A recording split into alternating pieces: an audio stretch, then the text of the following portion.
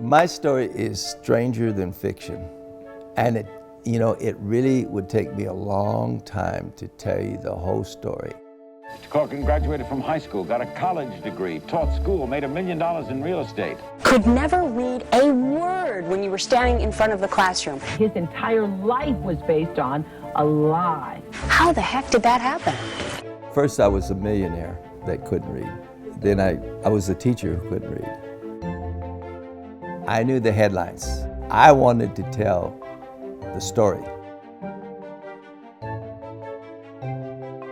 Nobody was looking for the teacher to be a non-reader. So it was a good place to hide in a way.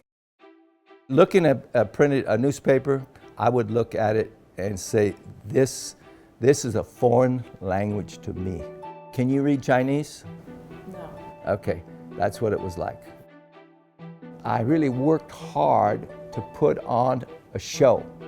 I probably showed more visuals, movies and education films, and then we'd have discussions. My childhood was full of joy.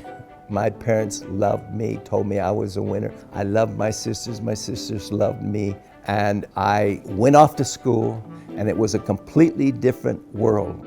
I could not succeed in the classroom. A teacher would ask me to read, and I couldn't read. I would rather turn the desk over and get thrown out of class than be exposed in any way. I went to 6 different schools in high school. When I did make a mess of things, I moved to another school. By this time, I had something of value when I moved. I had athletic skills. I was a homecoming king, and I was a captain. And so I have all the outside appearances of success, but I always discounted my success. Always discounted it because I couldn't read. In high school, it doesn't take a lot to cheat a bit. Having your friend next to you on an exam, or even swap out the paper, and they would put the answers down for me.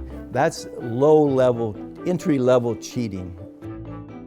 I knew I wasn't prepared to go to college, but I had an athletic scholarship to go to college.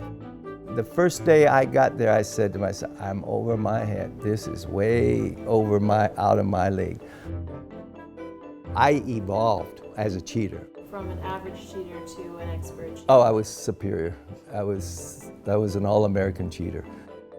I cheated in almost every single course that I took in college, one way or the other. When I left the university, I had a master key to all the buildings. Often people say, it would have been a lot easier for you to just learn how to read. And it's kind of like, you didn't think I wanted to do that? I didn't want to do any of these other adventures at all. But the opportunity didn't happen for me in elementary, it didn't happen in junior high school, it didn't happen in college, because it couldn't happen in college, because who would I tell? I couldn't tell anyone. And then when I became a teacher, I couldn't tell anybody. So I became deeper and deeper into my story, my lie. The first person that I told was my wife. And I had basically rehearsed it, in front of the mirror. Kathy, I can't read. Kathy, I can't read. Kathy, I can't read. I really didn't know how bad his reading was. I knew I did the writing and reading, but I thought that was because he wasn't a good writer, and he was a teacher, and he didn't want to be embarrassed. I realized later I'd never seen anything that he'd written, We had a 3-year-old daughter, and I was reading a book to her, and I just made up the stories. And I was really a good storyteller. He was reading to Colleen, and I was cooking oatmeal. I can remember this very well, listening to him, and I'm thinking, God, can he read? I remember the thought. It was hard for me to compute that he couldn't read those words.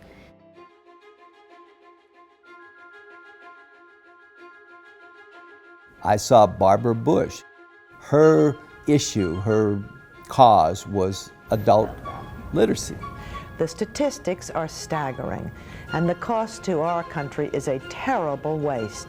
I saw her in television, and she was talking about adults that were learning to read. And I was kind of at awe, because I'm thinking, I didn't know there were other adults. I didn't know there were hundreds of adults or thousands of adults that were reading at an elementary level. The emotion was building, and one Friday afternoon, I had my pinstripe suit on. I drove up in my Mercedes to go to the Carlsbad Library Adult Learning Center.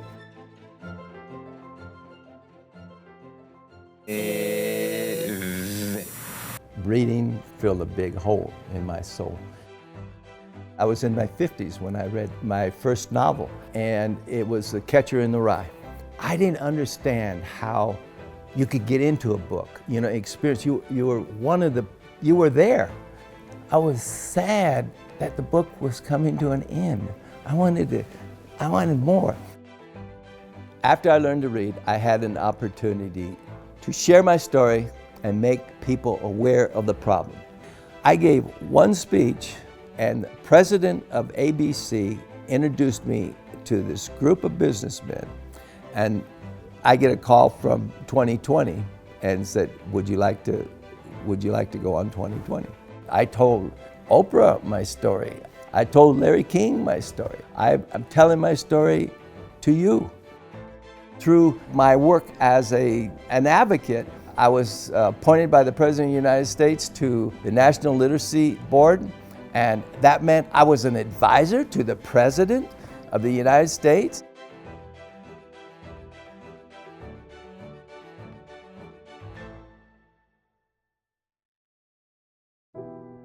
I bought into the biggest lie that was ever told about me, that something was wrong with my brain.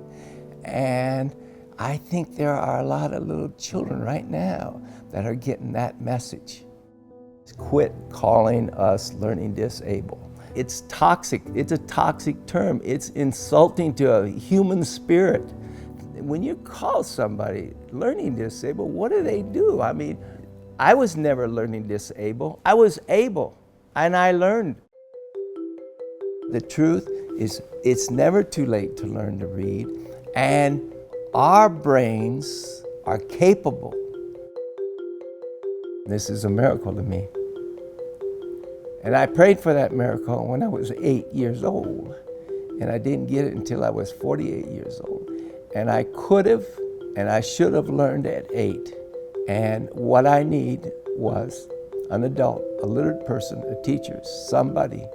And this is a call for others that can read and have underestimated their precious gift to share it with other people.